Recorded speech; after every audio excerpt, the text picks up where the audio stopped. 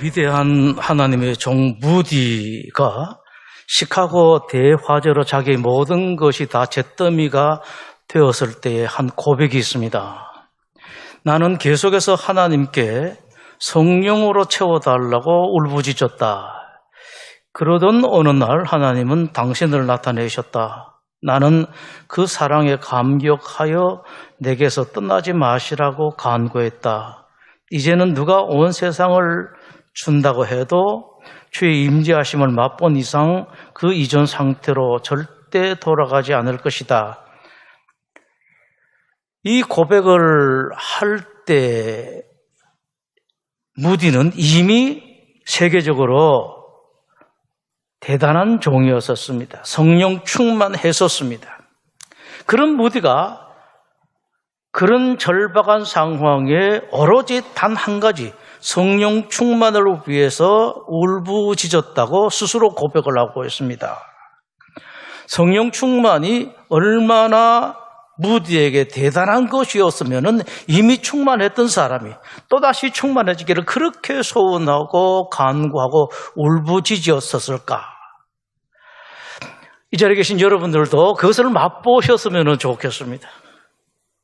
예수님 믿으면서 신앙생활에 어때는 무기력하고 지루하고 예배당에 나오는 것이 발 무거워지고 기도하는 것이 무슨 큰 짐이나 되는 것 같은 그런, 앞으로 여러분들 한평생 하나님께서 부르실 때까지 신앙생활을 계속하실 텐데 만약 이렇게 한다면 신앙생활의 의미가 무엇이 되겠습니까? 무디가 경험했던 그 성령 충만함이 만약 여러분들에게 있다면은, 조금 전에 오늘 계속해서 우리 장로님들 나라와 민족, 우리 사업에 대해서 계속 기도하고 계시는데 그까지 그 나라에 이런저런 일이 있어도 아무것도 여러분들에게 문제가 되질 않습니다. 혹시 여러분 가정에 여러분 자녀들에게 이런저런 일이 있어도 그것을 여러분들이 좋다고 하는 것이 아니라 걱정이 되지를 않습니다. 자, 그렇다면 우리가 생각할 것은 하나님은 어떤 경우에 그 성령 충만함을 내려주실까 하는 것입니다. 예수님께서 십자가에 죽으시고 사흘 만에 부활하셨습니다. 부활을 하신 다음에 40일간 이 땅에 계셨습니다. 그 40일이 지난 다음 주님께서 제자들이 보는 앞에서 하늘로 올라가십니다. 예수님께서 십자가에 죽으실 때는 기약을 하셨습니다. 사흘 만에 내가 다시 살아날 것이다.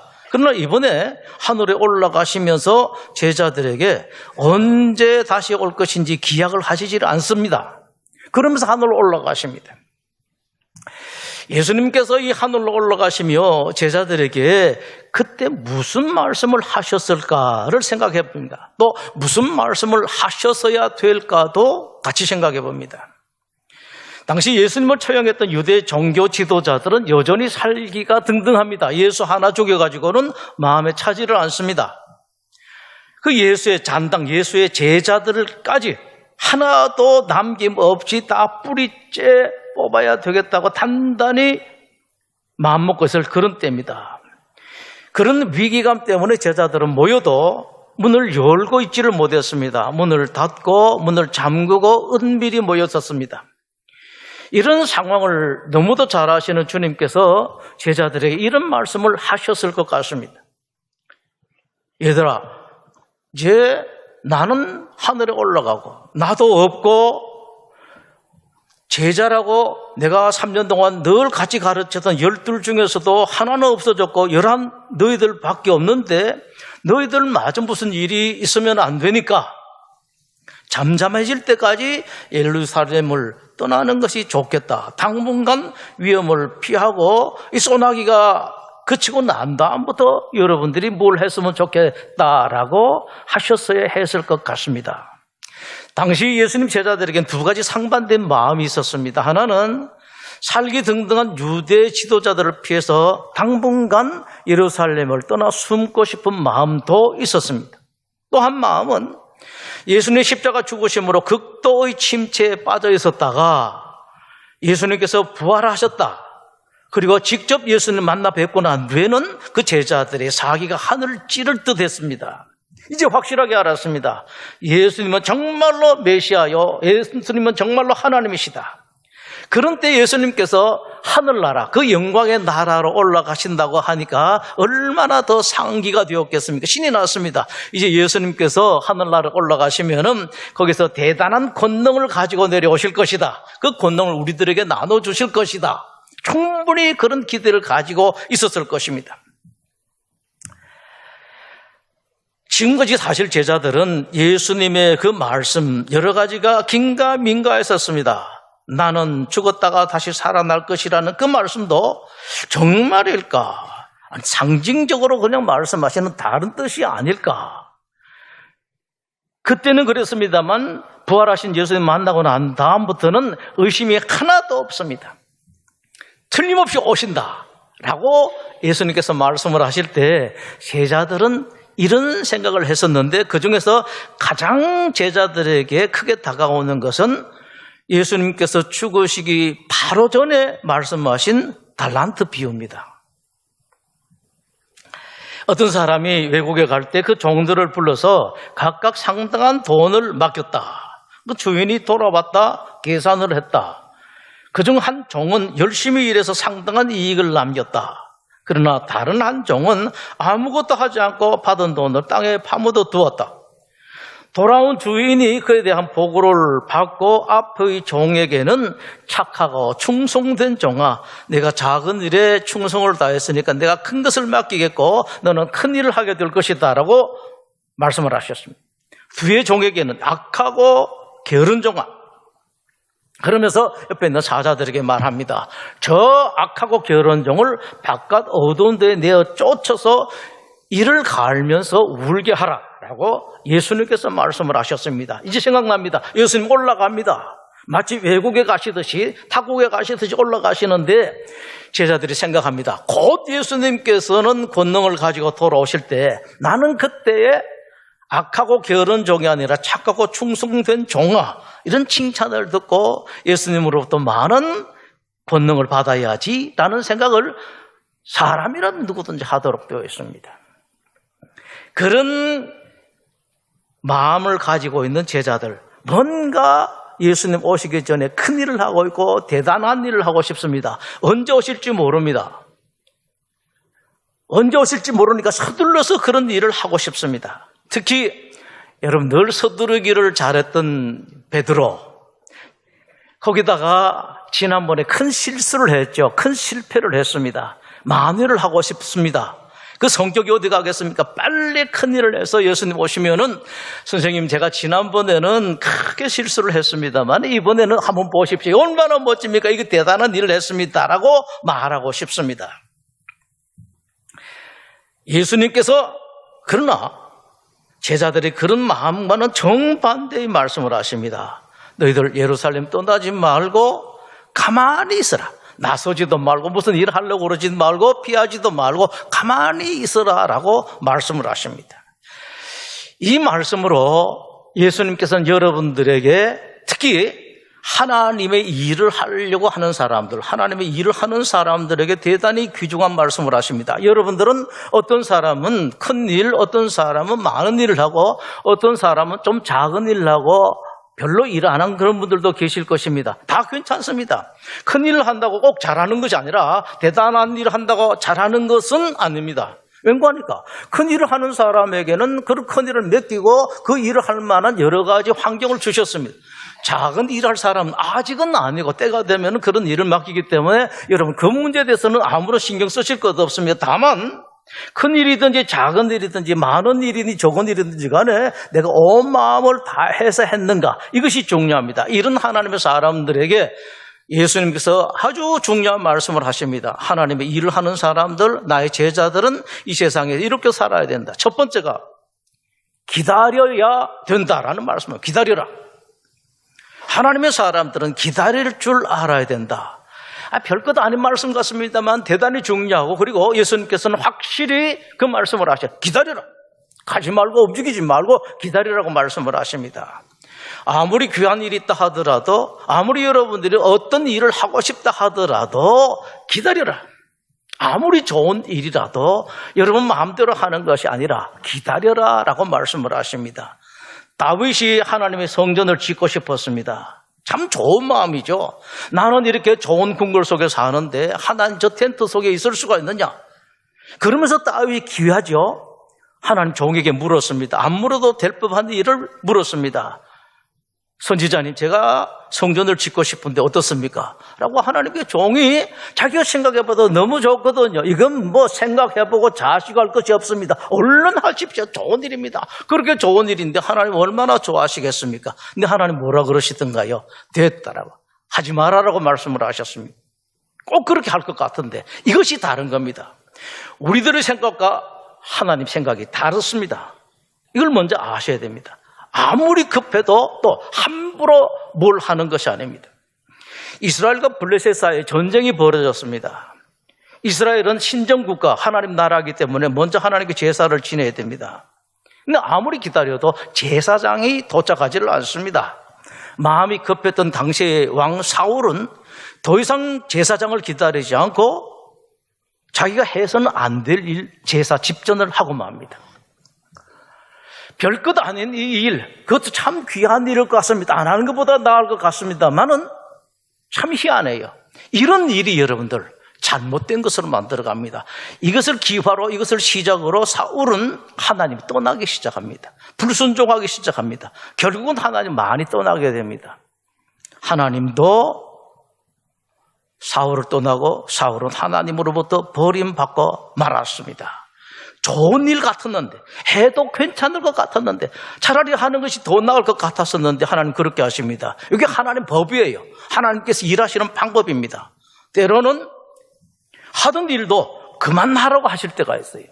어떤 때는 여기서 일하던 사람 여기서 그만하고 저기서 하라. 어떤 때는 이 일을 하던 사람이 야, 그 일은 그만하고 다른 일을 하라고 하실 때가 있습니다. 여러분들이 꼭 그런 일이 있습니다. 바울이 아시아에서 선교를 하는데 참 잘 되었습니다. 그건 아직까지 할 일이 많습니다. 열심히 하려고 하는데 지금까지 하던 일과 달리 가는 곳마다 앞이 막힙니다. 길이 막힙니다. 동으로 가면은 될 것 같은데 안 되고 서로 북으로 가도 남으로 가도 되질 않습니다. 바울 일행이 얼른 생각하게 되죠. 하나님께서 하지 마라 그러시는가 보다. 예수님의 영이 허락하지 않는가 보다. 성령님께서 허락하지 않는가 보다. 알아요. 이게 여러분 열린 마음, 띄어진 마음, 성령님이 계시는 마음입니다. 좀 다시 말씀드립니다만 장로님도 그렇고 여러분들도 다 그렇듯이 나라가 걱정이 많죠. 그러나 여러분들이 만약에 이런 계시를 볼 수 있는 영안이 있다면 그 걱정이 안 돼요. 나라일 뿐만 아니라 여러분 가정의 일들도 마찬가지고 여러분 자녀의 일도 마찬가지입니다. 하나님 마음을 읽을 수 있는 그 영안이 있으면은 성령님께서 하나님께서 우리 예수님께서 하시는 일을 볼 수 있는 눈이 있으면은 걱정되질 않습니다. 물론 여러분들도 인생인지라 걱정도 되기도 하고 화가 나기도 하고 원통하고 분통한 그런 일이 있습니다만은 돌아서서 금방 잊어버리고 평안을 얻게 됩니다. 바울이 그랬었습니다. 알았습니다. 했더니만 하나님께 구체적으로 말씀을 하시죠. 알았느냐? 그러면은 너 이제 아시아에서 그만하고 유럽으로 가라라고 말씀하십니다. 그 말 듣자 말자 보따리를 싸서 유럽으로 넘어갑니다. 이겁니다, 여러분. 신자들이 세상 사는 방법은 이것이에요. 기다리라고 말씀을 하셨는데 잠잠하게 그냥 가만히 있으라. 어디도 가지 말고 뭘 하려고도 하지 말고 기다리라고 말씀을 하셨는데 언제까지 기다려야 되는가라는 겁니다. 그 다음 문제는 이겁니다. 예수님께서 말씀을 하십니다. 하나님이 정확하게 표현하면은 성령님이 인도하실 때까지 기다려라 라고 말씀을 하십니다. 4절을 다시 보시죠. 예루살렘을 떠나지 말고 내게서 들은 바 아버지께서 약속하신 것을 기다리라. 그것은 5절입니다. 요한은 물로 세례를 베풀었으나 너희는 몇 날에 못되어 성령으로 세례를 받으리라 라고 예수님께 말씀하십니다. 성령님이 오실 것인데 성령님이 오시게 되면 그때부터 성령님의 인도와 지도를 받으라 라고 말씀을 하십니다. 여러분 상당히 많은 기독교 신자들이 처음엔 잘해요. 이스라엘 민족도 처음엔 잘했습니다. 출애굽하고 난 후에 이제 하나님의 인도하심을 받습니다. 받는데 어떻게 움직였는가 하니까 하나님께서 말씀을 하셨습니다. 내가 너 여러분들을 인도하는데 구름 기둥이 불 기둥이 인도하면 따르라 라고 했더니만 이스라엘 백성이 참 잘 따랐습니다. 아무리 오래돼도 구름 기둥이 불 기둥이 안 움직이면은 안 움직였습니다. 그러나 일주일 내내 열흘 내내 움직였다 또 계속해서 구름 기둥 불 기둥이 움직이면은 같이 움직였었습니다. 심지어는 한 달 1년이든지 간에 구름이 머물러 있을 때는 움직이질 않았습니다. 그랬습니다. 그런데 여러분, 이스라엘 백성이 나중에 실패를 해요. 오늘날 기독교 신자들이 상당히 실패하는 게 그겁니다. 처음에는 충성도 합니다. 처음에는 기다릴 줄도 알아요. 참을 줄도 압니다. 겸손하기도 해요. 온유하기도 합니다. 근데 시간이 조금 지나면 사람이 바뀌어버려요. 이것이 문제입니다. 끝까지 가야 되는데. 여러분, 주님 이름으로 여러분들이 꼭 이 말씀을, 이 축복을 하고 싶습니다. 오래 참을 줄 아는, 기다릴 줄 아는 이 멋있는 모습. 아이들이 무슨 문제가 있으면 마음은 급하시겠습니다. 건강도 그렇고 경제 문제도 그러겠습니다. 마음은 급하시겠습니다만은 기다릴 줄 알아야 돼요. 왠가 하니까 세상 사람들이 말한 것이 아니라 세상의 주인이신 하나님께서 예수님께 기다리고 말씀하셨거든요. 언제까지? 성령님이 인도할 때까지 기다리라고 말씀을 하셨습니다. 교회는, 기독교 신자들은 철저하게 하나님 인도하심, 성령님 인도하심을 기다릴 줄 알아야 됩니다. 여러분, 하나님보다 앞서지 마십시오. 우선 되는 것 같고 잘하는 것 같습니다만 금방 무너져 버려요. 말씀보다 앞서지 마시고 기도보다 앞서지 마십시오. 기도하면서 계속해서 여쭤보십시오. 틀림없이 인도하십니다. 세 번째, 일을 하는 방식에 대해서도 말씀을 하십니다. 아주 희한하게 말씀을 하시죠. 세상 사람들은 빨리 너가 뭐가 해야 된다고 하는데 하나님 그렇지가 않습니다. 여러분들이 일을 하려고 하지 말라라고 말씀하십니다. 야, 이게 기가 막힌 일이에요. 세상 사람들 보면 우리가 뭐 살짝 잘못된 사람 같고 이런 설교를 하는 목사가 뭔가 세상 물정을 모르는 사람 같습니다. 그러나 여러분, 그렇지가 않습니다. 정말로 그렇지가 않습니다, 여러분. 하나님께서 말씀을 하십니다. 땅에 내려오신 성자 하나님께서 말씀을 하십니다. 일은 하나님이 하신다. 정확하게 말하면 성령님이 하신다라고 말씀을 하십니다. 여러분들이 하려고 나서지 말라. 여러분, 단지 성령님과 함께 가고 성령님이 뒤를 따라가기만 된다라고 말씀을 하십니다. 이겁니다. 여러분, 세상 살려면 어려워요. 자녀들을 위해서 물론 노력하셔야죠. 건강도 경제활동도 여러분 열심히 하셔야죠. 그러나 여러분, 다 하려고 하면 힘들어서 못 살아요. 어느 정도 하고 난 뒤 하나님께 맡기십시오. 성령님께 맡기십시오. 하나님, 저도 할로로 다 했습니다. 애는 썼습니다. 이제 저는 철저하게 성령님 뒤를 따라가겠습니다. 성령이 기쁘시게 그 일을 하게 된다고요. 신자들이 지극히 명심해야 할 일은 어떤 일이 있어도 내가 하려고 해서는 되질 않습니다.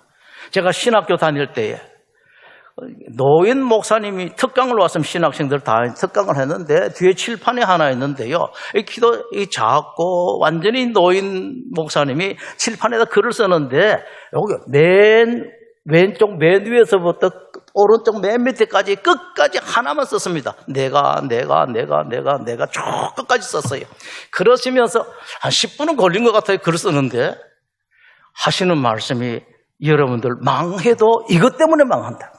내가 하려고 해서 여러분들 망한다. 여러분들이 제대로 된다면 내가라는 것을 이기게 되면 여러분들 제대로 목표를 할 수가 있다라고 말씀하신 것이 기억이 납니다. 내가 해서 하려고 해서 될 일이 아닙니다. 결단코 성령님보다 하나님보다 주님보다 앞서지 말아야 됩니다. 항상 하나님 먼저 하십시오. 제가 따라가겠습니다. 비겁한 일이 아닙니다, 여러분. 제가 앞장서겠습니다. 그렇게 하는 게 아니라고요. 일이 급하다고 하고 싶다고 마음이 뜨겁다고 할 것이 아니라 항상 성령님 먼저 나가십시오. 그냥 제가 열심히 따라가겠습니다. 예루살렘에 있던 제자들은 그 주님의 말씀에 전적으로 순종을 했습니다. 주님 말씀대로 기다렸습니다. 기다리면서 그러나 가만히 그냥 기다리는 것이 아니라 계속 하나님과 함께 했습니다. 여러분, 하나님과 함께하는 거 가장 잘하는 것이 무엇인가 하니까 기도예요. 기도하면서 주님 틈나면 기도하십시오. 그게 여러분 하나님과 함께하는 기도 못해도 괜찮아요. 사실은 기도 잘하는 것이 위험합니다. 기도를 못해야지 오히려 기도 잘하는 겁니다. 넋이 기도하는 겁니다. 못하지만 기도합니다. 12절입니다. 제자들이 감람원이라 하는 산으로부터 예루살렘에 돌아오니 예루살렘에 가까운 곳인데 그곳에 다락방에 올라가니 모든 제자들이 다 있고 14절에 여자들과 예수의 어머니 마리아와 예수의 아우들과 더불어 마음을 같이하여 뭐라고요? 오로지 기도에 힘쓰더라 라고 말씀을 하십니다. 기다리면서 그냥 기도만 하고 있었습니다. 때가 될 때까지 그렇게 하는 거예요, 여러분. 별것 아닌 것 이 사실에 여러분 초점을 또 시선을 잘 두십시오. 아주 쉬운 일입니다. 이걸 못하다가 여러분 지치고 힘들고 번아웃 되는 일들이 있습니다. 그냥 보는 겁니다. 그럴 때까지. 그리고 여러분들 그 예루살렘 교회에서 눈여겨보실 것이 있습니다. 예루살렘 교회 교인들이 말로만 순종했는가? 아닙니다, 여러분. 가장 구체적인 일, 가장 실제적인 일, 현실의 일에 순종을 했다는 사실을 여러분 잘 보시기 바랍니다. 그게 뭔가 하니까 사도 보궐선거입니다. 12 중에 가룟 유다가 빠져나갔습니다. 하나로 보충해야 됩니다. 이 보충선거는 기독교 역사에 있어서 가장 큰 일이고 그리고 기독교 역사에 있어서 가장 중요한 사도를 뽑는 일입니다. 목사들도 수없이 또 나오고 합니다. 추기경들도 수없이 나오고 교황도 수없이 나옵니다만 사도는 더 이상 나오질 않습니다. 그렇게 귀한 사도를 뽑는 일에 어떻게 했습니까? 마치 모자라는 사람처럼 바보 같은 사람들처럼 제비 뽑기로 하게 됩니다. 24절입니다. 그들이 기도하여 이르되 무사람의 마음을 아시는 주여 이 두 사람 중에 누가 주님께 선택한 바가 되어 봉사와 및 사도의 직무를 대신할 자인지 보시옵시고 이제 선택해 주십시오. 26절 제비 뽑아 마띠아를 얻었다. 마띠아가 사도가 됩니다. 왜 이분들이 그런 방식을 선택을 했는가? 다른 방식을 몰라서 천만의 말씀입니다. 이분들도 알 만큼 다 알아요. 그러면서도 이분들이 이런 바보 같은 방식을 선택했던 것은 하나님께서 하신다. 그리고 우리가 어떤 결론이 제비뽑기에서 어떤 결론이 나오든지 간에 그것은 하나님께서 하셨다라는 것을 철저히 믿는 마음입니다. 그것 때문에 그랬었습니다. 여러분, 혹시 여러분들 가운데 이런 마음, 이런 믿음을 가진 분이 계십니까? 만약 여러분들이 이런 마음을 가지고 이런 믿음을 가지고 계신다면 여러분은 이미 그 속에 성령님이 충만하십니다. 성령님은 이런 사람들 마음속에 들어가십니다. 성령님은 채비된 곳, 준비된 사람에게 임하십니다. 나중에 하나님으로부터 버림받은 이스라엘 초대왕 사울도 처음에는 달랐습니다. 처음에는 온유하고 겸손했었습니다. 하나님이 기쁘셔서 영으로서 사울에게 들어가셨습니다. 사울에게 들어오신 하나님의 영은 성령님은 사울에게 온갖 권세와 능력을 주셨습니다.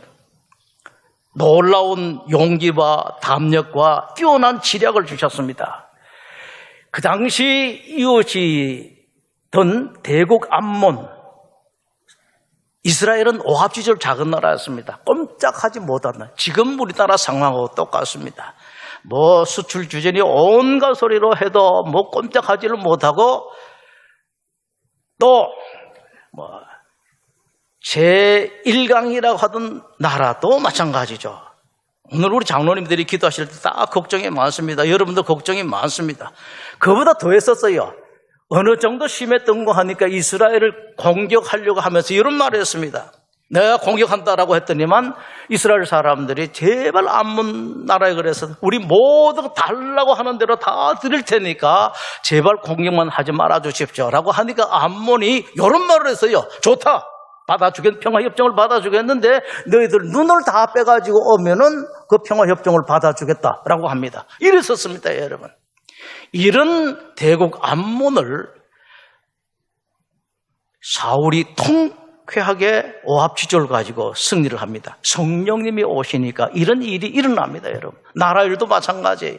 이 나라가 어떻게 다 성령이 충만하시겠습니까? 여러분들이 성령 충만하시고 우리 교회가 성령 충만해서 함께 기도하게 되면은 여러분 아래에 있는 어떤 나라, 위에 있는 어떤 나라, 저 멀리 있던 어떤 나라도 이 나라를 건드릴 수가 없습니다. 나라뿐만 아니라 여러분 자녀들도 마찬가지 그렇습니다. 여러분, 관건은 우리나라 다른 나라보다 더 군사력이 센가 경제력이 높은가 이런 문제가 아니에요. 세상의 주인이신 하나님에게 달려 있습니다. 여러분, 예루살렘 교회, 그 무기력하던 예루살렘 교회에 성령님이 오시니까 모든 것이 달라졌습니다. 무력하던 제자들, 어떤 일도 할 수 없을 것 같은 그 제자들에게 성령님이 오시니까 완전히 달라졌습니다. 그야말로 능력의 종들이 되었고 예루살렘 교회는 권능의 교회가 되었습니다. 네, 여러분, 예루살렘 교회에 오셨던 그 성령님이요, 그때 무력하던 제자들이 오셨던 성령님이 지금 여러분들 속에 들어가고 싶어 하십니다. 여러분들 함께 있고 싶어 하십니다. 여러분들이 문을 열고 여러분들이 성령님을 찾고 하나님을 부르고 예수님 모시려고 할 때에 기꺼이 들어가십니다. 절대로 거절하지 않습니다. 반드시 오십니다. 여러분, 하나님을 찾고 또 찾으십시오. 바보처럼. 예루살렘 교회 제자들이 그랬던 것처럼 바보처럼 그렇게 하나님을 찾아보십시오. 예수님께 가고 또 가보십시오. 아무 할 일 없이 모자라는 사람처럼 그렇게 그냥 한번 가보십시오. 성령을 부르십시오. 어디 계시지도 않은가 그 응답도 하지 않으 하시는 것 같은 그런 성령님을, 그러나 여러분 한번 불러보십시오. 맹구하니까 하나님께서 그렇게 여러분들에게 말씀을 하셨거든요. 그러면 성령님이 오십니다. 성령님이 오시면은요, 여러분 깜짝 놀랄 만한 일이 일어납니다. 미신이 아닙니다. 믿으셔도 됩니다. 세상이 달라집니다. 가정이 달라지고 내가 달라지고 우리 사랑하는 딸, 아들들이 달라집니다. 얼마나 감격적인 일들이 일어나는지 모릅니다, 여러분. 그러나 그 일이 이전에 여러분들이 성령님 오시옵소서라고 부르는 그 순간에 여러분 마음속에 평화가 생기고 행복이 생깁니다.